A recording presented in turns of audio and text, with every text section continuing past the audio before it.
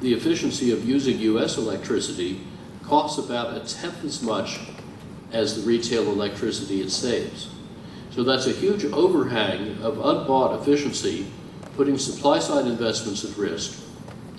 And super efficiency also will make the transition to renewable, resilient, distributed digital electricity much easier and faster, most of all for the nearly 1 billion people with little or no electricity. In this 27-watt electric household, Berkeley Lab uses solar panels 1/3 smaller than shown in the picture to power 7,000 lux of LED lights, a mobile phone charger, a clock radio, a table fan, and a 56-centimeter color television. Their high efficiencies cut the total capital cost by half, empowering twice as many off-grid families for the same money and investing cheap and highly reliable DC solar microgrids.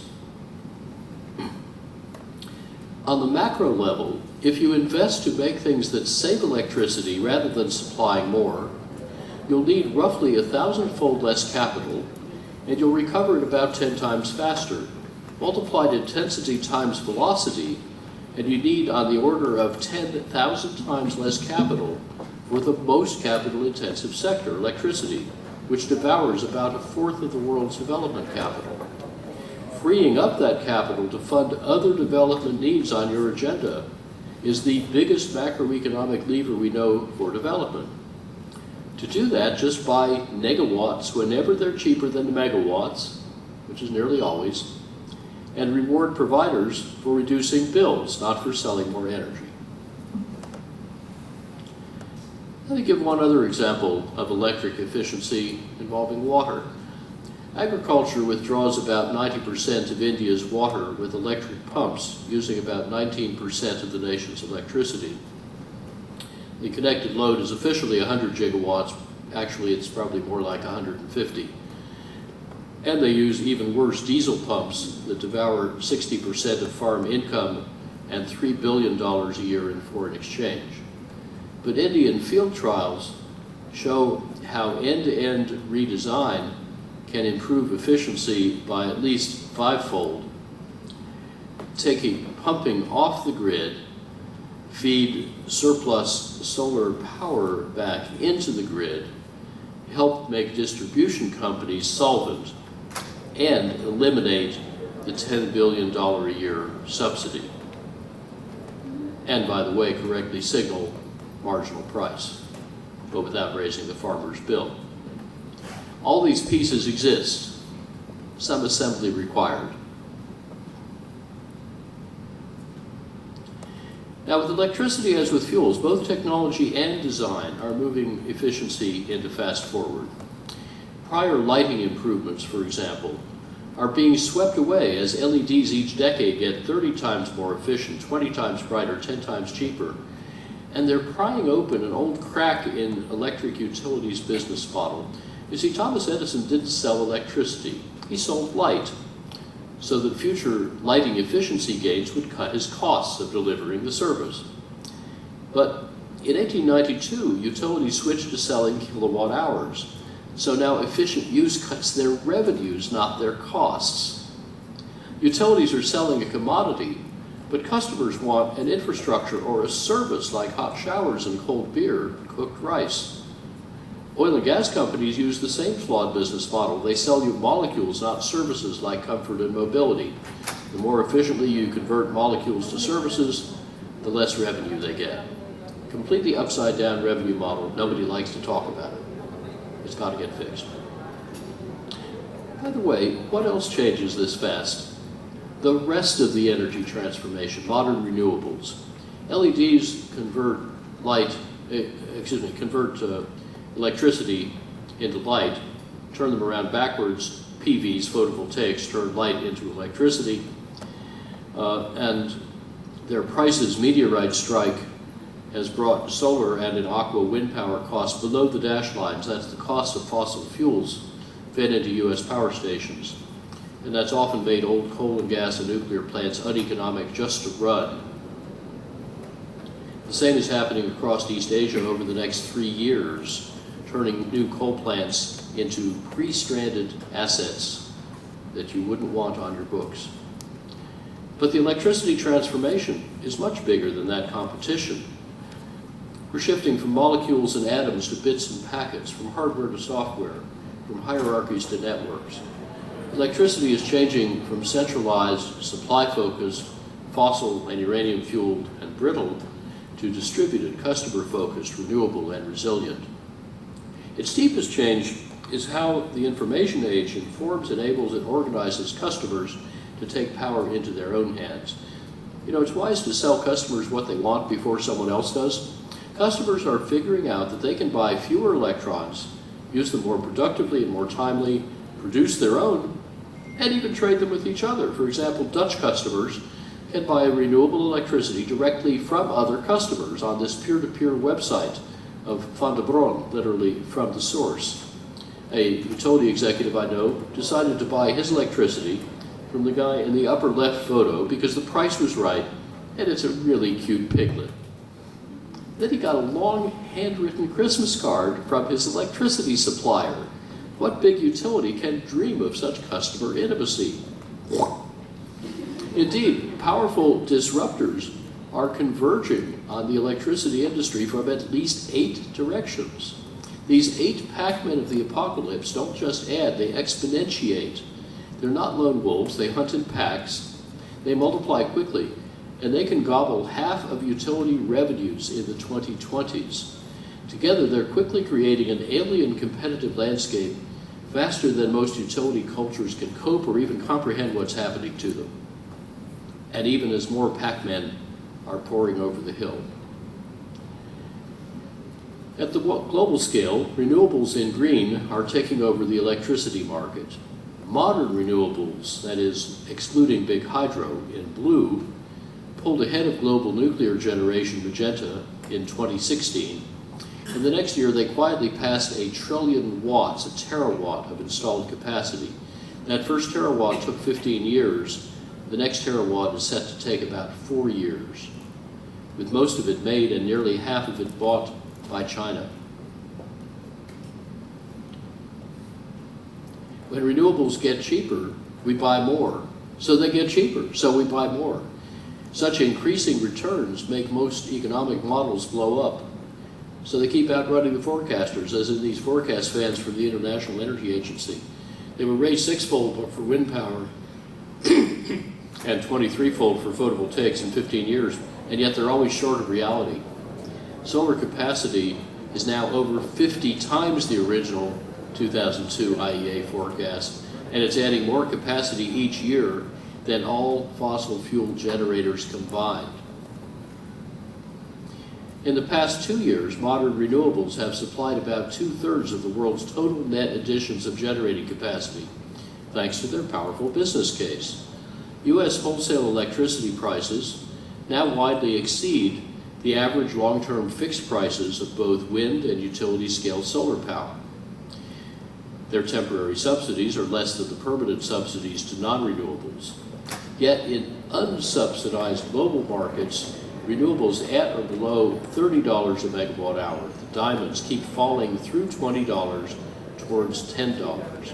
6 quarters ago, Mexico's unsubsidized low bids were $19 for photovoltaics, $17 for wind power.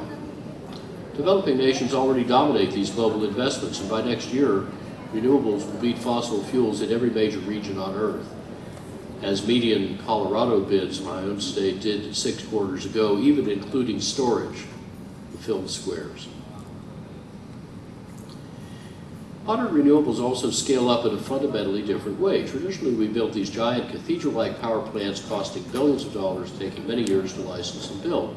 But now with similar capital each year, you can build a factory that produces each year thereafter enough solar cells to generate each year thereafter as much electricity as your cathedral will ultimately make. So let's see, 10-year thought experiment, you're a factor 15 ahead on electricity production so far, and solar's running away. So solar output worldwide is scaling faster than mobile phones. And yet we're still told that only coal, gas, and nuclear plants can keep the lights on because they're 24/7, while wind and photovoltaics are variable and hence supposedly unreliable. But Variable does not mean unpredictable. Here's how accurately the French grid operator in a stormy winter month forecast a day ahead the actual output of the country's wind farms. It would be nice if they could forecast demand that accurately. That was 7 years ago. We're a lot better now. Indeed, we built the grid precisely because no generator is 24/7. They all break. When a giant plant fails, you lose up to 1 billion watts in milliseconds, often abruptly, for weeks or months. Grids were built to manage this intermittence by backing up failed plants with working plants. And in exactly the same way, but often at lower cost, grids can manage the forecastable variations of solar and wind power by backing up those variable renewables with a portfolio of other renewables, all forecasted, integrated, and diversified by type and location. So in the difficult case of Texas, whose grid has no big hydro dams and is not connected to the rest of the United States, a 2050 summer week's expected loads could get much smaller and less peaky with profitably efficient use, but it's still 30-odd gigawatts. Then we can make 86% of the annual electricity with a mixture of wind and photovoltaics, and 14% from dispatchable renewables. This 100% renewable supply can then match the load by putting surplus electricity into two kinds of distributed storage that are worth buying anyway: ice storage, air conditioning, and smart charging of electric autos. Then recovering that energy when needed and filling the last gaps with unobtrusively flexible demand. That yields 100% renewable electricity every hour of the year with no bulk storage and with only about 5% left over. So the economics would be excellent even at today's prices, let alone at lower future prices. And some grid operators already do such choreography today. Germany, like Italy and Britain, is about a third renewably powered, but 4 other European countries with modest or no hydropower meet about half to 3/4 of their electricity needs today from renewables, adding no bulk storage and with superior reliability. For Denmark and Germany, about 10 times US reliability. The ultra-reliable former East German utility, 50 Hertz, 2 years ago was 42% wind and solar powered, and says its CEO could make that 60 or 70% without adding bulk storage. So as my colleague Clay Stranger says, the operators have learned to run these grids the way a conductor leads a symphony orchestra. No instrument plays all the time, but the ensemble continuously makes beautiful music. So we have not just one way, bulk storage in Magenta, but about 10 ways to make the grid flexible, reliable, and renewable. I've sketched them here in order of increasing cost. These are made up numbers. Your actual cost will vary. We're now pinning down the actual numbers. But the point is that bulk storage comes last, not first. So we needn't wait for a storage miracle, though some are emerging, and the market isn't waiting. I want to illustrate for just one of these 10 resources, the second box, demand response, how more careful study reveals 3 times the potential previously thought. This is again a Texas analysis, an hourly simulation we did. Systematic demand response eliminates the supposedly problematic duck curve of steeply ramping net load in Magenta toward the end of the day as solar output declines and home loads rise when people get home. So in this hot state, we showed how that problem goes away if we systematically combine demand response in electric vehicles, home plug loads, residential and commercial hot water, plus heating and cooling controls. And together, it turns out these can conveniently cut in half the summer daily load range, save 1/4 of the non-renewable capacity, make renewable energy 1/3 more valuable, and pay back in about 5 months. Now, grid integration does get even easier with smart bidirectional hookups of parked battery electric cars. Last year, China sold more electric vehicles than the world sold the year before. Next year, the world will have over 200 models. That's because of, and it causes, plummeting battery prices. Now, India, Germany, and some leading automakers have such ambitious electric vehicle targets that if the grid did need cheap batteries, they would arrive a decade or 2 sooner than expected. Automotive lithium battery packs last year cost less than recent predictions for a decade from now, and most forecasts of electric vehicle growth may well be conservative. One of the 5 things they leave out is that you can earn back about half the purchase price of a typical electric car by selling ancillary services back to the grid. By about 2024, electric vehicles will cost no more to buy than today's gasoline vehicles.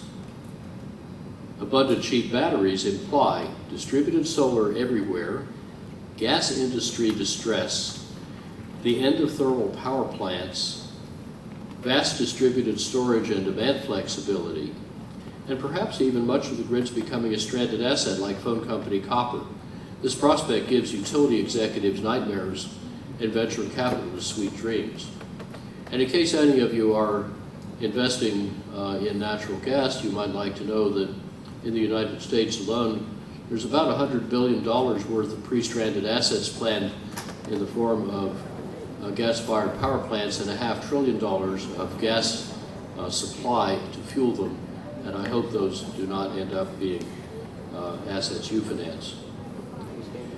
Now, meanwhile, efficient and electric autos are morphing from pigs, that is, personal internal combustion gasoline, steel-dominated vehicles, to SEALs, shareable electric autonomous lightweight service vehicles. So that's 2 changes in technology and 3 in business model. They're all simultaneous, they're mutually reinforcing, they're all vigorously in play, and they're radically sped up by recent developments in China and India, speeding this global mobility revolution as the US nears peak personal car ownership in the next 5 years. So there's a perfect storm brewing for the oil, steel, car, and electricity industries, among others. Meanwhile, the rules are changing. In 2010, nearly half the world's new cars were sold in China, where only 5% of people owned one. And yet this 100-kilometer traffic jam took 12 days to unsnarl. Building roads causes traffic, so politicians are changing the rules to ensure that drivers get what they pay for, but pay for what they get. So, for example, a license plate, a number plate in Shanghai costs more than the small car you put it on. Smoggy Beijing will register your electric car instantly for free, but if you want a new fueled car, you have a 1% chance in the lottery to be allowed to buy that costly registration. Non-automotive mobility is improving too. Bus rapid transit transformed the Hangzhou Street on the left to the street on the right while carrying 800,000 riders a day. It can achieve subway route density at 5% the cost, and it now carries more than 30 million commuters a day in nearly 200 cities. China also has over 200 million electric bicycles, and at the end of last year, Shenzhen had 100% electric buses, 100% electric taxis, 62% electric delivery vehicles, soon to be 100%. This city of 13 million people had more electric buses than the top 5 American urban bus systems had total buses. Imagine what that does for air quality. And urban design is changing too. China plans in the next 15 years to build new cities for as many people as America has. And so far, China has been designing cities around cars with an arterial vehicle network of these 13-lane super boulevards you can't get across. But integrating and distributing where people live, work, shop, and play means that people needn't travel far nor by car. So adopting instead a capillary web designed around feet, not tires, means 2/3 less driving, 1/3 less concrete, lots of new urban space. It builds a human ecology with vibrant commerce, rich social life, equal or better throughput, cleaner air, happier, healthier citizens. The 53 cities already doing this, and more to come, will use little oil. Now, assembling all these opportunities, our 2011 US business book, Reinventing Fire, also in many other languages, rigorously showed how to triple efficiency and quintuple renewables by 2050, needing then no oil, no coal, no nuclear energy, at least 1/3 less natural gas, while saving $5 trillion, not even counting the carbon price, growing the economy 2.6-fold, strengthening national security, and cutting fossil carbon emissions 82 to 86%. Yet, needing no new inventions, no acts of Congress, but with smart city and state policies led by business for profit. And the first 8 years of this 40-year journey are nicely on track, green actual versus blue proposed, because the private sector smells the $5 trillion on the table. That's exactly what should be happening. These best buys are also the most effective solutions to big global problems that hazard every nation's security and prosperity. And if you like any of Reinventing Fire's outcomes, you can support the transition without needing to like every outcome or agree about which outcome is most important. So focusing on outcomes, not motives, can turn gridlock and conflict into a unifying solution to our common energy challenge. Stimulated by those US findings at the G20 3 years ago, the Energy Research Institute of China's National Development and Reform Commission published its roadmap for China's energy revolution, aided by Berkeley Lab, Energy Foundation China, and Rocky Mountain Institute. It details how China can save over $3 trillion, again with no carbon price, use energy 7 times more productively, shift supply 2/3 off fossil fuels, emit 42% less carbon, burn 80% less coal, and get 13 times more GDP from each ton of fossil carbon. This roadmap from the government's best energy analysts strongly informed the 13th five-year plan, whose energy authors happen to be our steering committee. Extrapolating these on-track US, adopted Chinese, and similar European findings to the other half of the world could achieve the Paris Agreement's 2-degree climate target about $18 trillion cheaper, net present value, private internal cost. Reinvesting some of that in natural systems carbon removal could then reach about 1.5 degrees, with trillions of dollars left over and huge progress on the Sustainable Development Goals, on everything that you're here to do. Making climate protection not costly but profitable should also simplify the politics.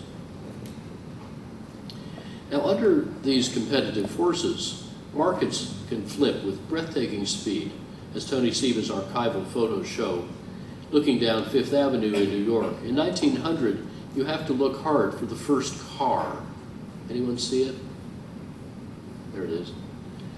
13 years later, you have to look even harder for the last horse. The non-farm horse market had peaked in 1910 when there were only 3% as many cars as horses. The horse and buggy industry thought, oh, no worries, we'll have many decades to adapt, but the Model T Ford got 62% cheaper in 13 years. Car-owning households soared from 8% to about 60% in a decade. 3/4 of them financed by a General Motors and DuPont innovation called car loans. Well, today, our photovoltaic modules just got 80% cheaper in 5 years. 3/4 of rooftop solar is innovatively financed. Ford's and Edison's industries are emerging to eat Rockefeller's industry. So the pace of transformation is set not by incumbents, but by insurgents. And the insurgents are not inhibited by the incumbents' business models or legacy assets or cultures. Actually, it's worse because investors flee even before customers do. Capital markets keenly sniff out disruption.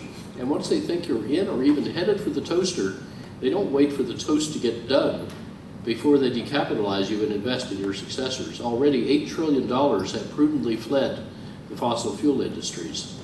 Even the CEO of Saudi Aramco, an odd way to talk up his IPO, was recently bemoaning perceptions of long-term oil decline that he said are making it hard to get capital and talent. Carbon Tracker investment analyst Kingsmill Bond explains this brutal logic. He says any fast-growing challenger will rapidly take all the growth in a slow-growing market. As a rule of thumb, incumbent sales will peak, as in these examples, when the challenger gets to around 3% market share. Why is that? It's because most investors seek growth, not mere size, and they try to sell out their shares just before sales peak, because after that, stagnation strands assets while competition drops prices. Thus, Bond concludes, renewables are fast-growing, disruptive technologies that have reached critical mass and are transforming the global energy system. Investors in incumbent energy companies are at risk. Do not let those be you. In fact, last week's new carbon tracker analysis confirms that the new coal plants planned across Southeast Asia are likely to become a stranded asset before they can even be built. One last thought. The energy transformation I've summarized is not just fundamental, it's elemental. The first industrial revolution was the age of carbon, and it built our prosperity and the world's mightiest industries from coal and oil and gas. But now, that obsolete age of carbon is giving way to the modern age of silicon. Silicon microchips, telecoms, and software turn people from isolated to network, systems from dumb to smart, grids from analog to digital, and potentially from dirigist to democratized. Silicon power electronics make electricity interconvertible and precisely applicable, replacing fiery molecules with obedient electrons. And silicon solar cells enable the ascent of energy from mining the fires of hell to harvesting the breath and radiance of heaven. So our opportunity together is to help enable the new energy system, not protect the old one, so the global energy transformation can move at the pace and the cost of design and software, not of infrastructure, and can be not constrained by the inertia of incumbents, but sped by the ambition of insurgents. Thank you all for your good work and your kind attention, and I'm eager to hear whether I said anything controversial.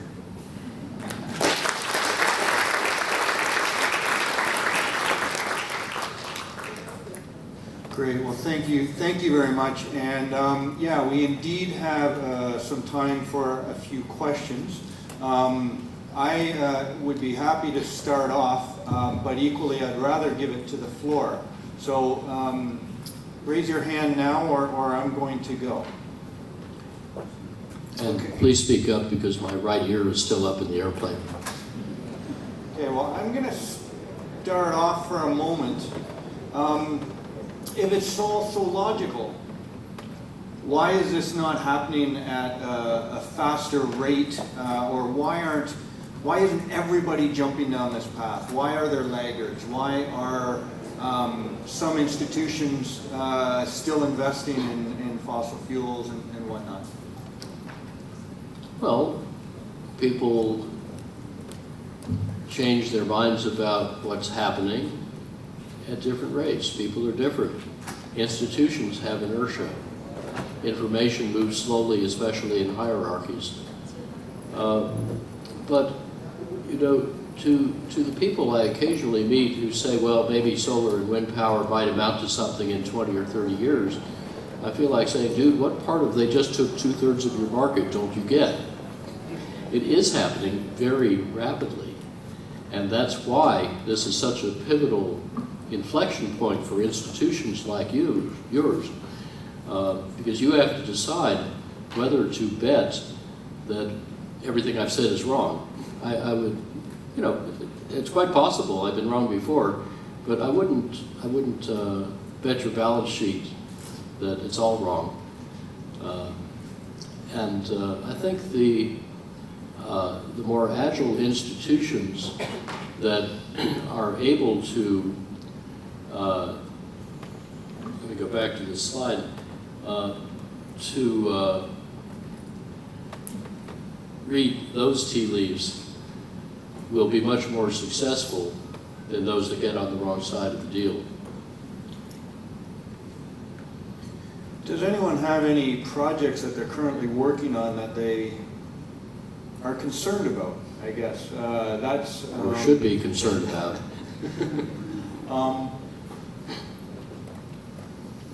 And remember, this is not only about renewables. Remember that huge overhang of unbought efficiency.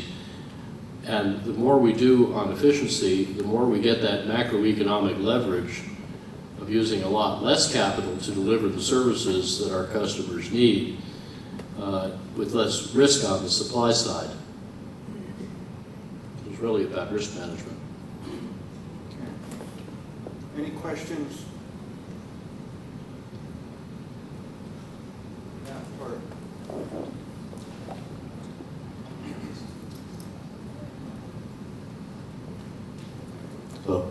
you so much, Dr. Lovins. This is probably the fourth time I heard you speak, and every time it's so inspiring, so thank you so much. I'm sorry, I'm having trouble hearing you. Yeah, just thanking you for the presentation, keynote. This is the fourth time I hear you speak. I think Does it make more sense after the second or third time? Well, every time you add new information and the presentation is updated, so it's very helpful. I think the first time or the second time I heard you talk about carbon pricing, and in these scenarios, what happens if there is some carbon regime in the world. Today, you probably consciously left all of that out and talked about the bottom line. Where do you see the discussions on carbon pricing going? Is it totally a non-issue anymore? You think this happening organically? Oh, yes, China has carbon pricing in a larger area than Europe. European prices have recovered from bad design and are now getting to a pretty healthy level. And I think all the big multinationals of any consequence already shadow price carbon and have for a long time. Just to be clear, I strongly favor carbon pricing. The right number is certainly not zero.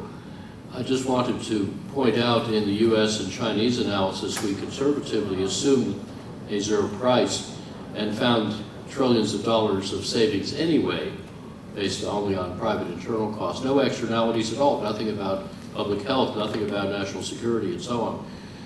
Which means that when, as policymakers should do, you start counting externalities, it's an even more powerful case. So clearly, if we had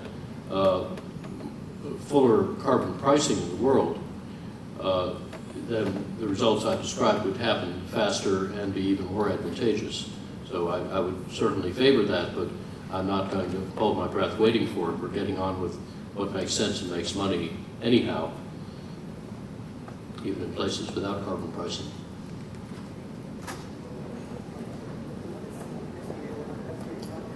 Okay, let's pause here for a moment.